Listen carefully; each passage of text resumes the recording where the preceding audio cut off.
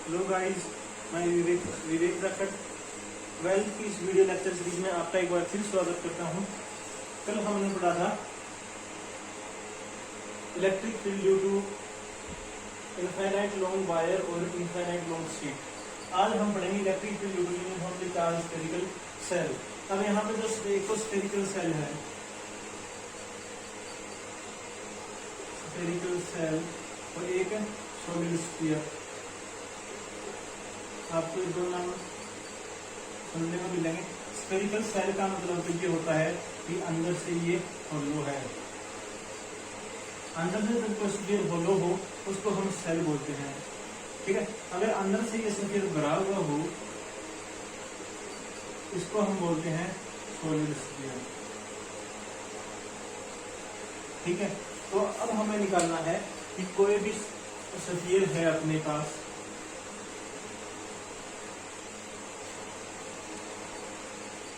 ये कोई भी स्फीयर है जो अंदर से होलो है, तो इसके ऊपर चार्ज है वो कहाँ पे होगा? सरफेस भी तो होगा। ये अंदर से जो खोखला है अंदर चार्ज नहीं होगा। अब यहाँ पे इलेक्ट्रिक फील्ड निकालना है। पहला केस तो ये है कि जो पॉइंट है वो बाहर की साइड है, पॉइंट P, इस पॉइंट पे इलेक्ट्रिक फील्ड क्या होगा?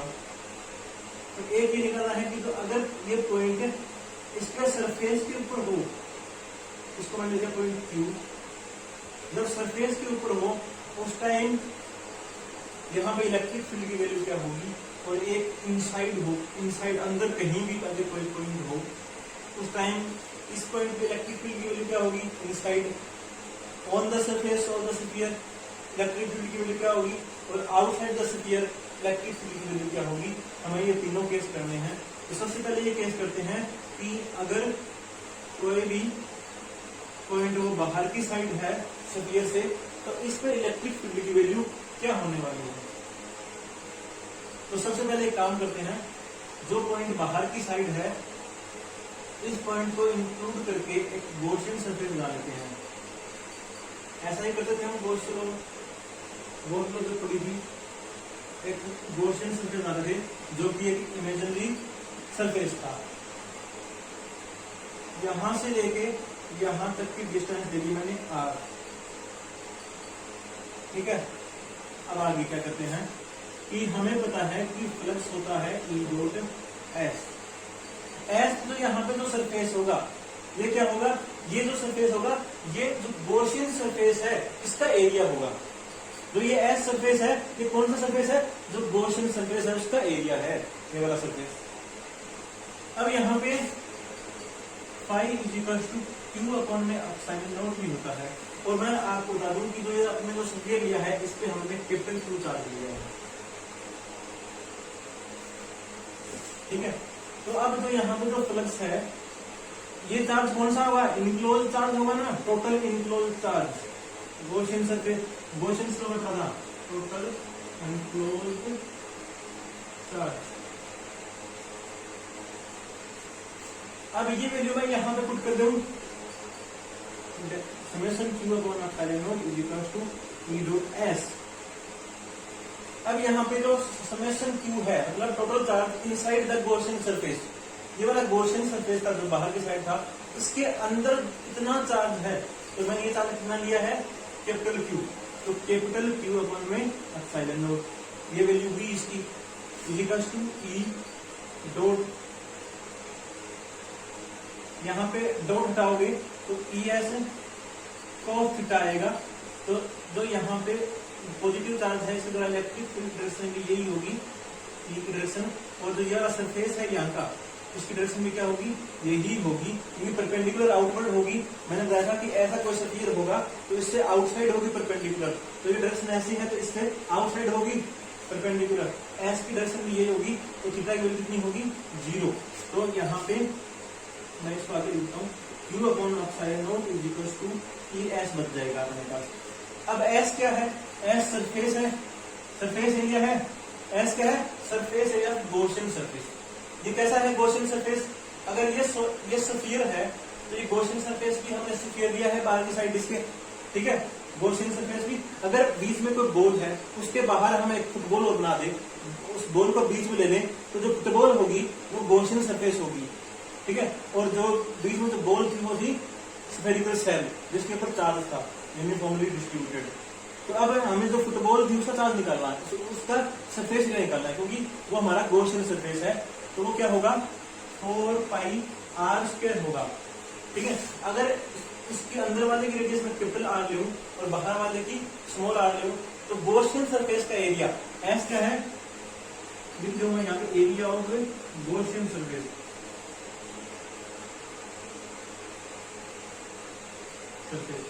ठीक है। S area of Gaussian surface है और गॉसियन सरफेस की रेडियस क्या है, स्मॉल आर है, तो वहां पे स्मॉल आर स्क्वायर लिया मैंने। तो एस की वैल्यू यहां पे पुट कर दूं तो क्या आएगी, into 4πr², Q upon epsilon naught is equals to E into 4πr²। अब यहां से E की वैल्यू क्या आएगी, अब यहां से इलेक्ट्रिक फील्ड की वैल्यू आएगी Q upon 4π epsilon naught r²। 1/4π को आप लिख सकते हो K, तो K Q अपॉन r²। ये क्लियर हुआ। अब इसके बाद सेकंड केस करेंगे इसी का, स्फेरिकल शेल का।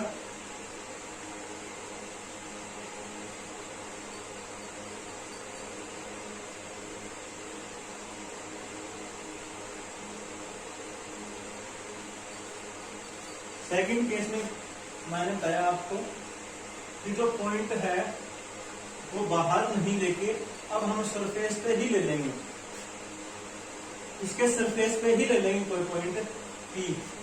अब ये पॉइंट P था, पहले बाहर था, अब इसके सरफेस पे ले लिया मैंने। अब गॉसियन सरफेस कहाँ बनेगा, इस पॉइंट P को लेकर बनाना है, तो P को लेकर मैं गॉसियन सरफेस बनाऊंगा, तो गॉसियन सरफेस जो अपना जो सोलिड स्फीयर है इसके जस्ट ऊपर ही बनेगा और इसकी रेडियस भी क्या होगी, गॉसियन सरफेस की रेडियस r होगी। तो यहाँ पे phi equals to E dot S होगा, इसको मैं लिखता हूँ ES cos थीटा। थीटा की वैल्यू क्या होगी, E की वैल्यू ये E की डायरेक्शन ये होगी और S की डायरेक्शन भी ये होगी, तो थीटा की वैल्यू क्या होगी 0 होगी, तो फाई इक्वल्स टू ES आ जाएगा अपना। फाई की वैल्यू क्या थी, कूलॉम्स लॉ से summation Q upon epsilon naught ये थी E dot S, ES। S की वैल्यू क्या होगी, अब क्या S क्या था, गॉसियन सरफेस था S, गॉसियन सरफेस का एरिया था, तो S की वैल्यू यहां से क्या आएगी, गॉसियन सरफेस का एरिया आएगा ना, गॉसियन सरफेस के ऊपर रेडियस क्या है, कैपिटल R है, यहाँ पे कैपिटल R² हो जाएगा। तो अब यहाँ पे summation Q upon epsilon naught is equals to E into 4π capital R²। आई बात समझ। अब समेशन Q की वैल्यू चार्ज कितना था, कैपिटल Q था, Q upon epsilon naught is equals to E into 4π r²।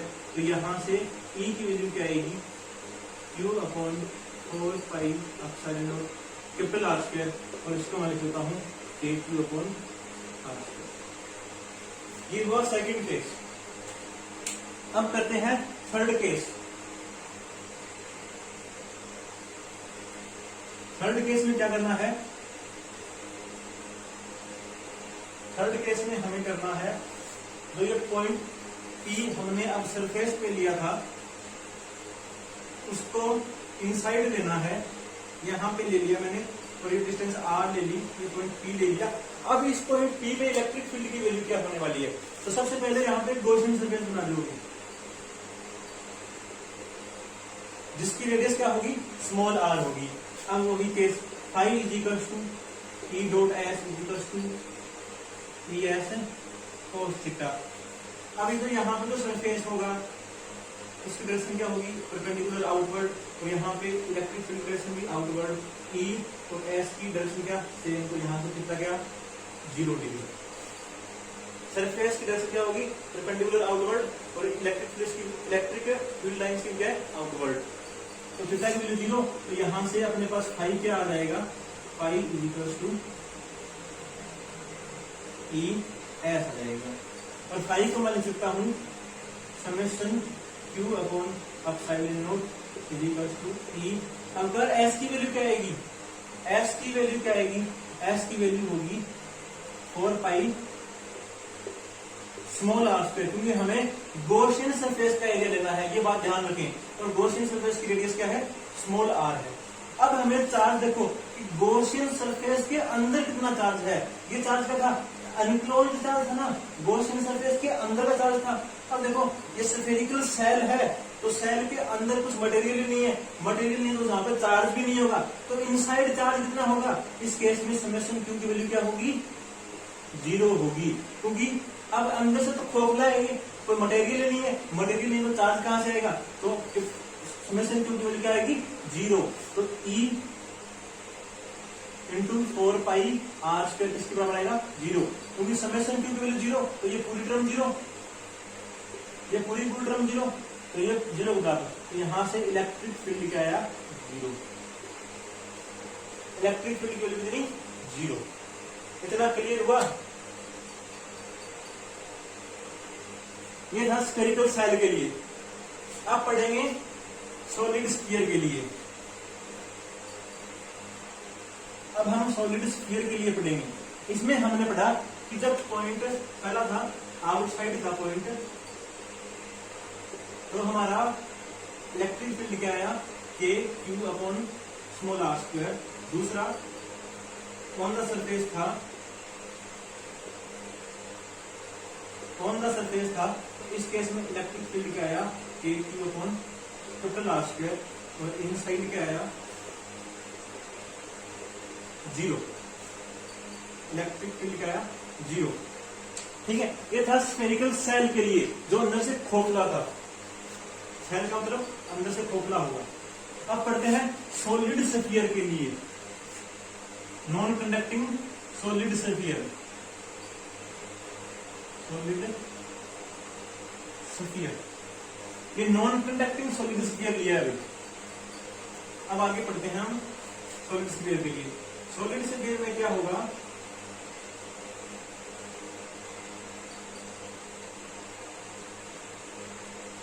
Solid sphere में अंदर मटेरियल होगा, ये ठोस होगा, अंदर से भरा हुआ होगा, तो इसमें चार्ज अंदर भी डिस्ट्रीब्यूट किया हुआ होगा।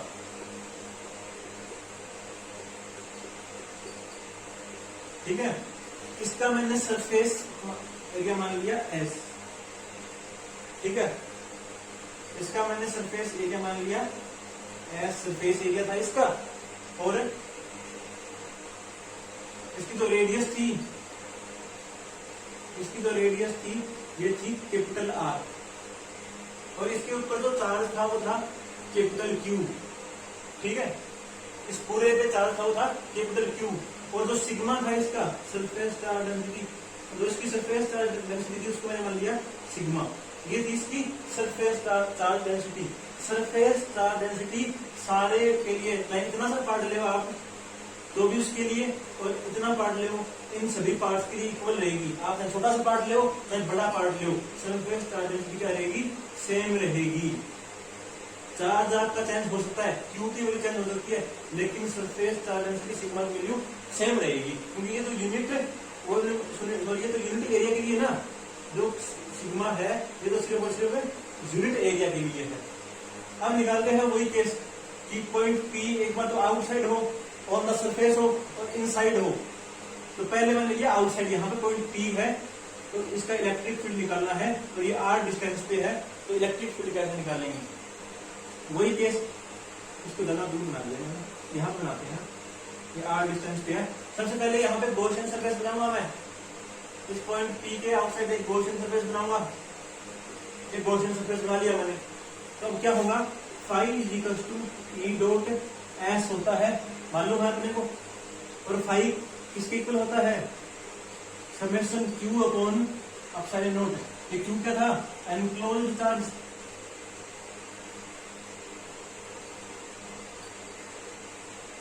इन गॉसियन सरफेस, इन गॉसियन सरफेस, जीएस मतलब गॉसियन सरफेस लिख दिया मैंने शॉर्ट फॉर्म में। और एस क्या होता है, Gaussian surface, area of Gaussian surface. S क्या था, एरिया ऑफ गॉसियन सरफेस। ठीक है, अब यहाँ पे फाई की वैल्यू इसको मैं लिख सकता हूँ phi equal to E S cos theta. इस चीज को मैं ऐसे लिख सकता हूँ। आप देखो यहाँ पे इलेक्ट्रिक फील्ड की वैल्यू क्या होगी, इलेक्ट्रिक फील्ड लाइंस की डायरेक्शन क्या होगी, परपेंडिकुलर आउटवर्ड होगी, पॉजिटिव चार्ज से आउटवर्ड होती है। और यहाँ पे जो सरफेस है एस, उसकी डायरेक्शन भी क्या होगी, आउटवर्ड होगी। तो यहाँ से थीटा की वैल्यू क्या जाएगी 0 डिग्री। तो यहाँ से phi equal to E S cos 0 degree, और कोस 0 की वैल्यू कितनी 1। तो अपने पास बच जाएगा phi equal to E S. Phi की वैल्यू कितनी, summation Q upon epsilon naught is equal to E. अब एस की वैल्यू कितनी होगी, एस क्या है, गॉसियन सरफेस का एरिया, और गॉसियन सरफेस का एरिया क्या होगा 4 पाई स्मॉल आर स्क्वायर, क्योंकि रेडियस का है स्मॉल आर है, into 4 pi small are square. अब क्या होगा, यहां से इसको साइड लें, और समेशन क्यू मतलब गॉसियन सरफेस के अंदर कितना चार्ज है, टोटल चार्ज कितना है क्यू ले रखा है मैंने, कैपिटल क्यू। तो capital Q upon epsilon naught is equal to E into 4 pi r square. अब यहां से ई की वैल्यू क्या आएगी 1/4 pi epsilon naught r square into q. 1/4 pi epsilon naught क्या होगा, के के इक्वल होगा, तो के क्यू अपॉन आर। पहला केस तो ये हो गया अपना, जब हमारा पॉइंट स्फीयर से आउटसाइड है। अब सेकंड केस, जब हमारा point P on the surface of the sphere है, उस टाइम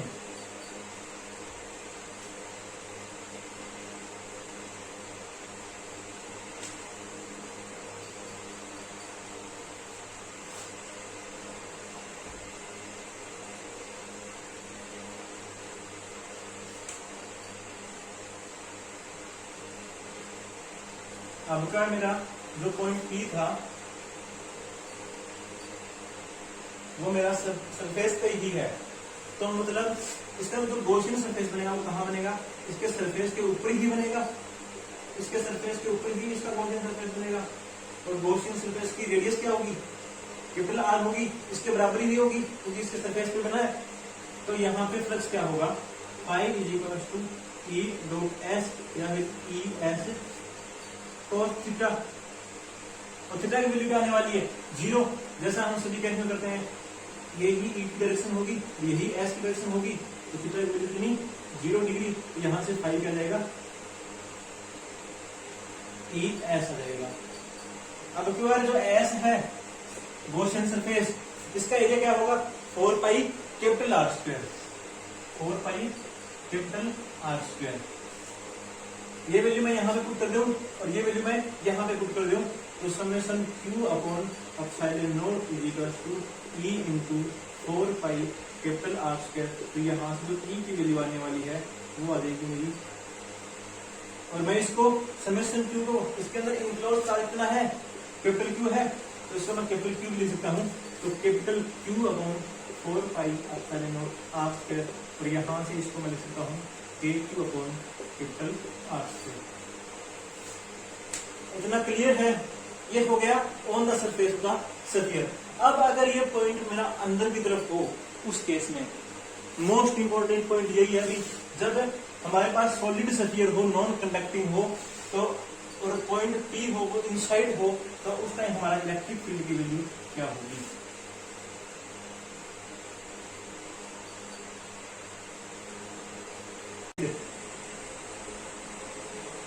ये कैपिटल आर थी इसकी रेडियस। अब मैंने कोई पॉइंट ले लिया, यहाँ पे पॉइंट पी ले लिया इनसाइड। अब यहाँ पे निकालना है मेरे को इलेक्ट्रिक फील्ड। तो सबसे पहले मैं गॉसियन सरफेस बना दूं, इसकी रेडियस होगी आर, मैंने स्मॉल आर ले ली, इस पर चार्ज था कैपिटल क्यू, और इसकी जो वॉल्यूम थी वो थी वी, ठीक है, इसकी वॉल्यूम थी वो थी वी। अब आगे करते हैं, इसकी वॉल्यूम वी ले ली,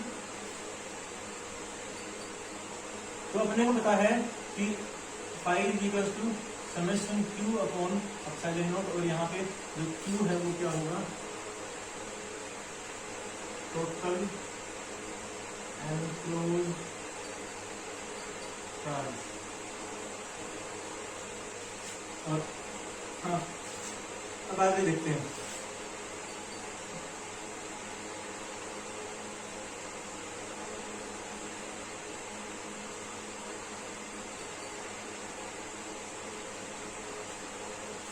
और मैंने मान लिया कि जो अपना गॉसियन सरफेस था इसकी वॉल्यूम मान ले ली वी डैश।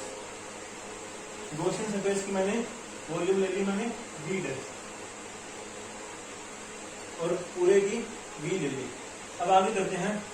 तो सबसे पहले क्या हम इस केस में जो गॉसियन सरफेस के अंदर का जो एनक्लोज्ड चार्ज है वो क्या हम कैपिटल क्यू ले सकते हैं?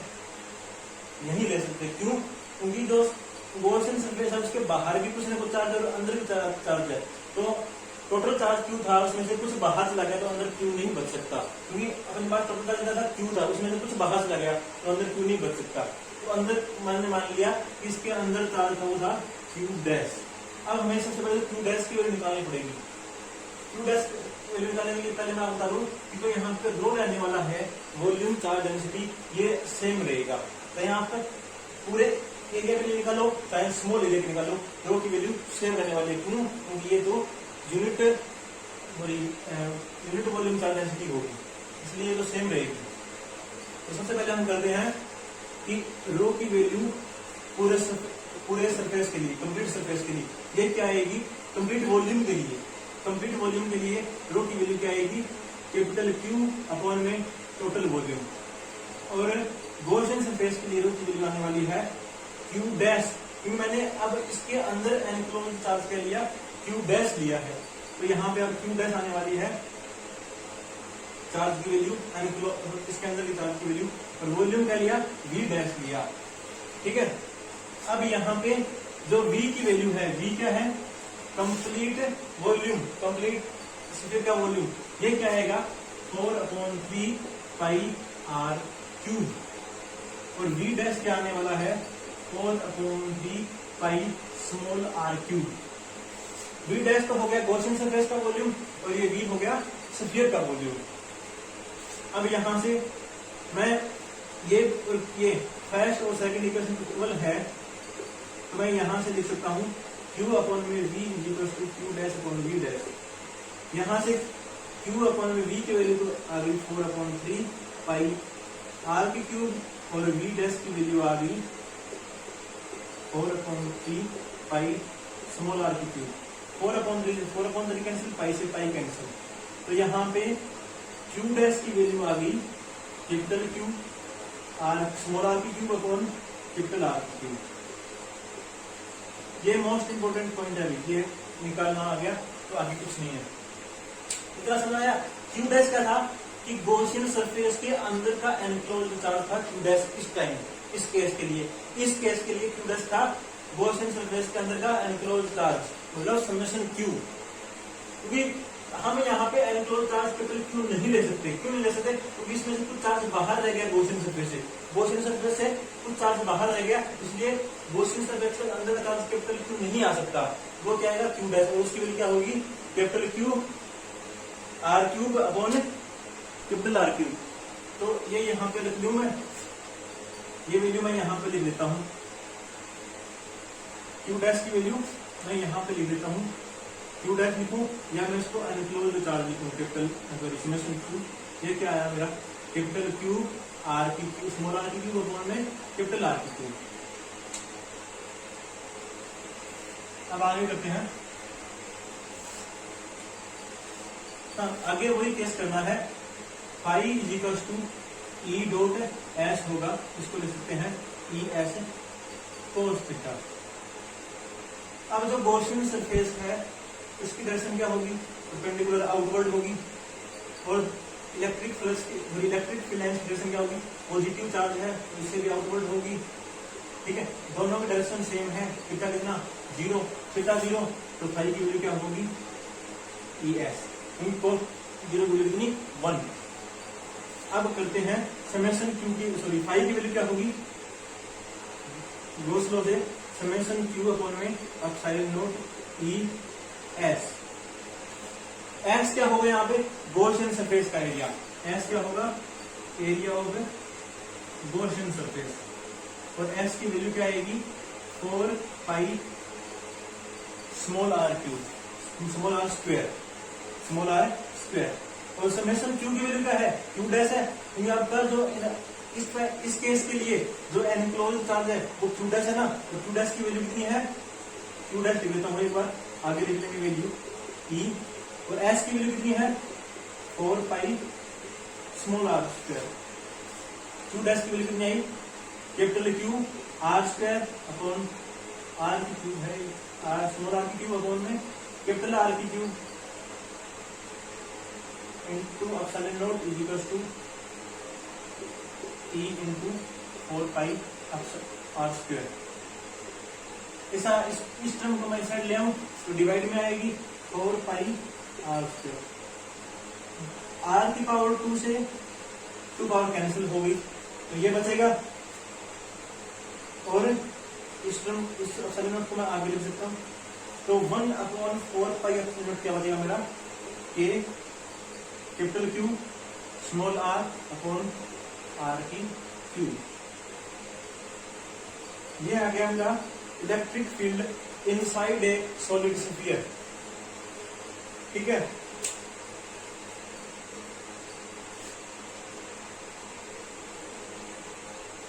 आप सभी को लिखते हैं साथ में।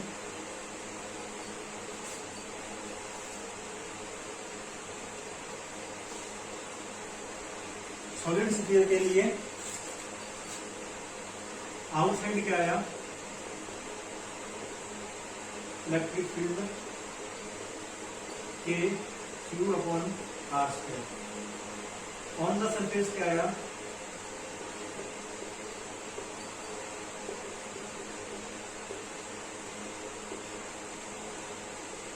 इनसाइड क्या आया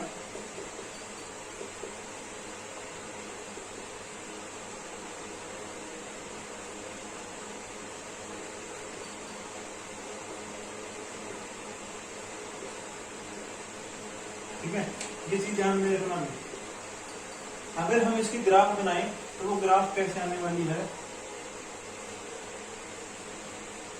ये तो है आर की वैल्यू कैपिटल आर की वैल्यू, और ये यहाँ पे इलेक्ट्रिक फील्ड की वैल्यू है, तो ग्राफ आएगी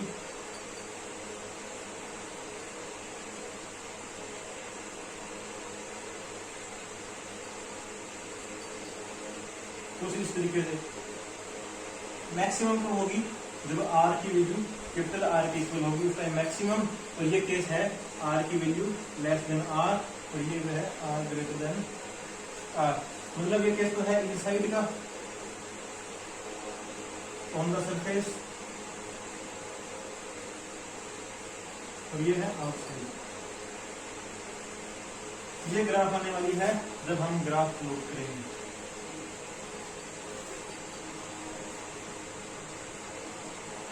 ये ध्यान में रखना भी, और इसी के साथ अपना चैप्टर कंप्लीट होता है। एनसीईआरटी का चैप्टर फर्स्ट एनसीईआरटी का कंप्लीट होता है, और कल से हम स्टार्ट करेंगे एनसीईआरटी का chapter start second start capacitor.